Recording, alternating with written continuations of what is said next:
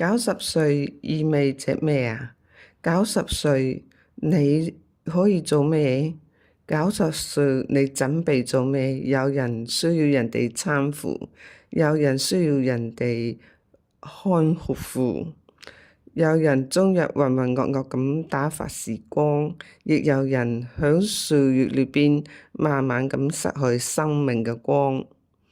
而90歲嘅黃平老師作為導引養生功編創者嘅張廣德教授入室弟子，卻依然精神矍鑠，步履堅定。各位工友，各位同道老師們，大家上午好。首先，咱們以工會友，放平心態，好好練功，靜心體悟。下面咱們就開始。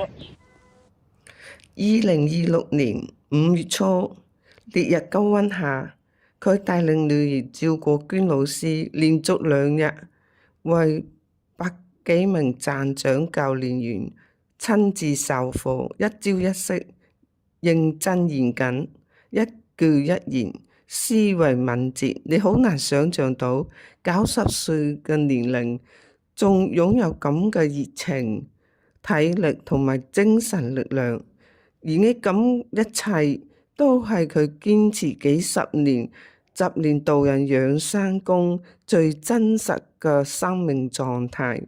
2日嘅課程圓滿咁落幕，現場學習熱情高漲，掌聲不斷。黃平老師動情咁講：只要我仲可以站起身，我就繼續傳播張廣德教授嘅導引養生功。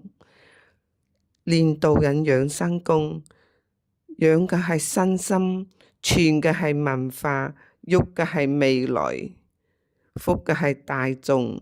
呢個唔僅僅係一份傳承，更係一隊人對中華文化養生智慧嘅最深嘅熱愛同埋擔當。